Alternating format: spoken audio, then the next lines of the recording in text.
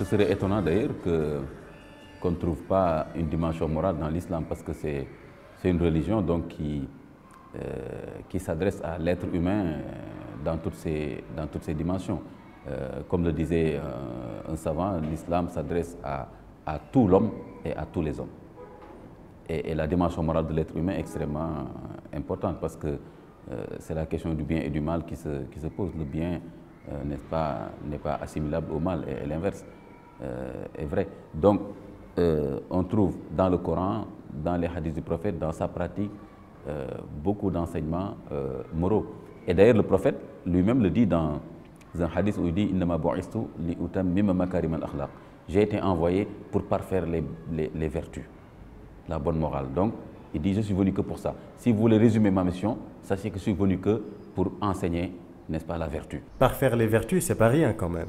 Oui, vous voyez. Donc vous voyez comment les musulmans peuvent être très, très loin de cette mission du prophète, n'est-ce pas, qui n'est pas seulement une mission d'enseigner la prière, mais une mission d'enseigner la morale, donc de connaître le bien, de le pratiquer et de l'enseigner, n'est-ce pas, et d'être exemplaire. Donc, d'ailleurs, un verset du Coran dit « Vous êtes la meilleure communauté qu'on ait fait surgir pour les hommes ». Pas parce que vous êtes des Arabes musulmans, etc., mais parce que vous ordonnez le bien, vous interdisez le mal, vous croyez en Dieu, et d'autres versets de ce genre. Donc, je ne connais pas une vertu qui ne soit pas valorisée par le Coran et par les enseignements du prophète sallallahu alayhi wa sallam. Et je ne connais pas un mauvais comportement moral qui ne soit pas réprouvé par le Coran ou les hadiths du prophète sallallahu alayhi wa sallam. Quand on parle de morale, on peut penser aussi à l'éthique. Par exemple, ici, la gestion des deniers publics a toujours été un problème ici au Sénégal. Il y a un très très grand problème, parce que quand on regarde par exemple dans la littérature, quand on est au courant de ce qui se passe et qu'on fait des comparaisons, on se rend compte que, je pense que c'est le Premier ministre de la Malaisie, je pense dans un ouvrage, dans une interview, qui disait que c'est honteux pour le monde musulman quand on voit toutes les évaluations, n'est-ce pas, de corruption, les pays musulmans, n'est-ce pas, sont en très bonne place, entre guillemets. Alors que normalement, les valeurs musulmanes devaient nous permettre justement de ne pas être des pays corrompus. Donc cela veut dire encore qu'il y a une contradiction entre cette réclamation d'appartenir à l'islam, tout en ne soyant pas exemplaire du point de vue de la morale, que ce soit la morale individuelle ou la morale publique. Tout ce qu'il y a dans le Coran qui réprouve l'accaparement des biens d'autrui, le vol du bien d'autrui, hein, la ta'kulu amwalakum baynakum bil batil, le Coran dit dans Sourate Al-Baqarah, ne consommez pas de façon injuste vos biens entre vous, n'est-ce pas, et d'autres versets de ce genre, et tout ce qu'il y a comme hadith qui montre que le musulman ne vole pas, ne ment pas, n'est-ce pas, se suffit à ce qu'il a gagné licitement, etc. Mais c'est une pelle c'est un réservoir d'enseignement.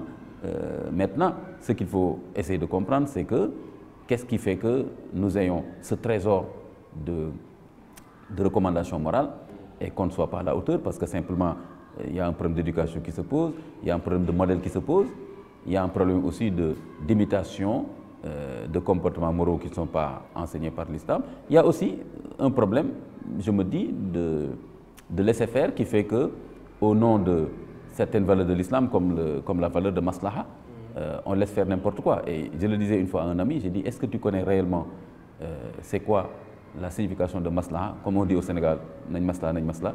Il m'a dit, oui, c'est être tolérant avec les gens, parce que les gens ne sont pas parfaits, etc. Je lui ai dit, en réalité, la définition juridique de maslaha, dans l'islam, cela veut dire l'intérêt général.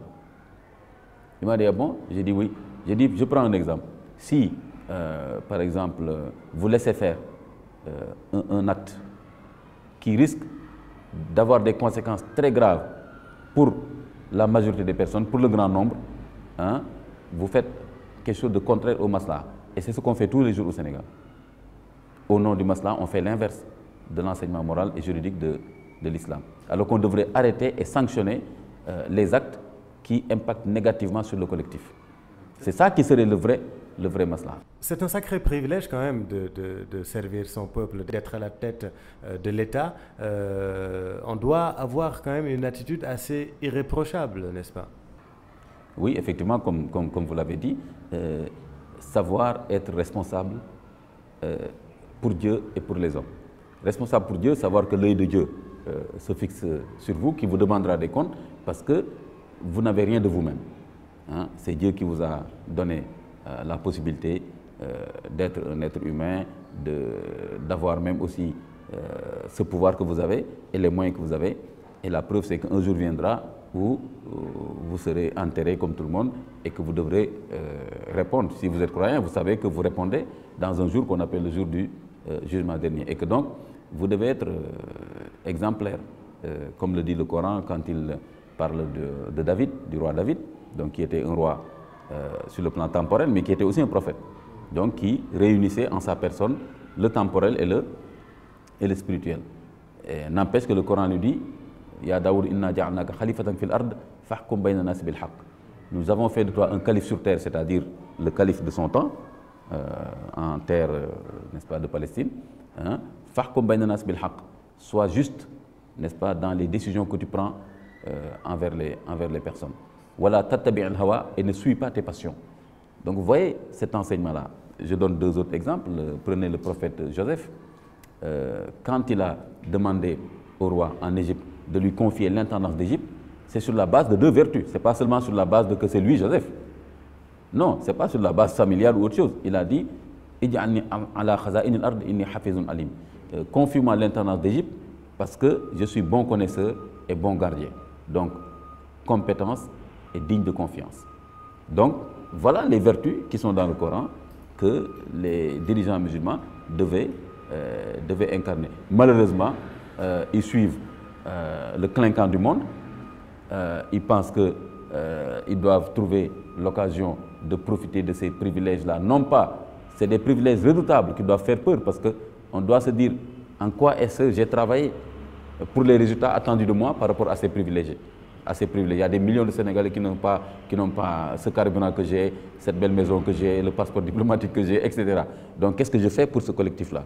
Au lieu de se poser cette question, on se défoule sur les gens, on est ostentatoire, arrogant avec les gens, on se remplit les poches, on fait partir l'argent du pays dans des comptes étrangers. Ça, c'est ridicule, c'est honteux par rapport à la morale musulmane. Seulement, ils sont élus et on dit que Vox Populi et Vox Dei, ou bien ce n'est pas le cas dans ce contexte-là?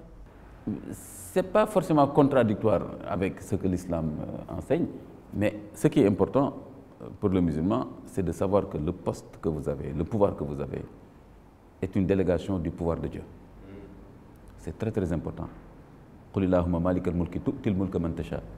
Ce verset-là qui dit, dis Seigneur, tu es celui qui est le possesseur de la royauté, du pouvoir, et tu le donnes à qui tu veux. Mais le reste du verset, souvent on ne le dit pas.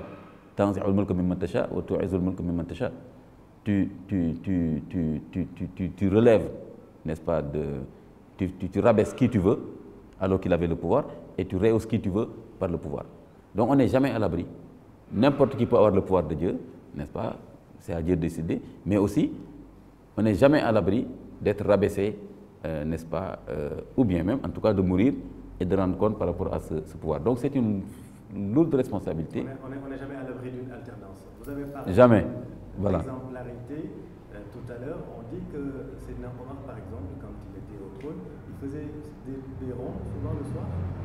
C'est vrai, il faisait des rondes parce que il se rendait compte que c'est pas tout le monde qui est dans la possibilité d'exprimer ses besoins, ce qu'il pense du pouvoir, etc. Surtout dans ce contexte-là, vous voyez, il n'y avait pas la liberté publique, la communication, etc. Ne pas rester dans son palais en mangeant ses boulets, quoi.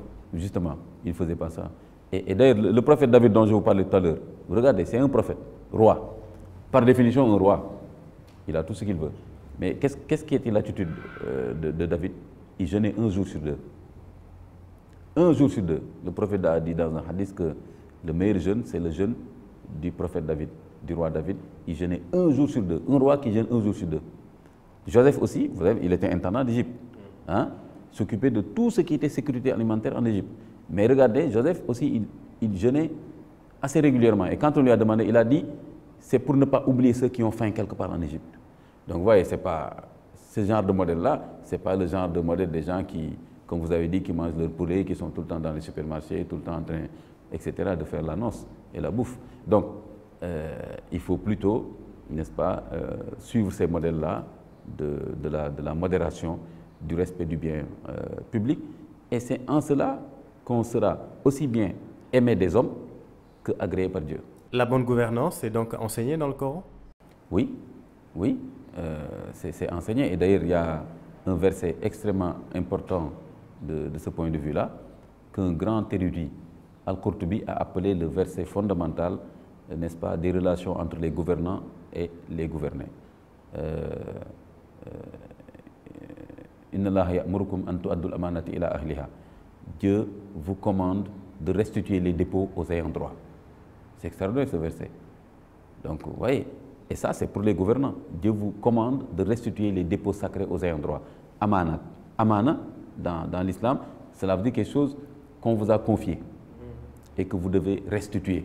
Regardez, c'est lourd ça.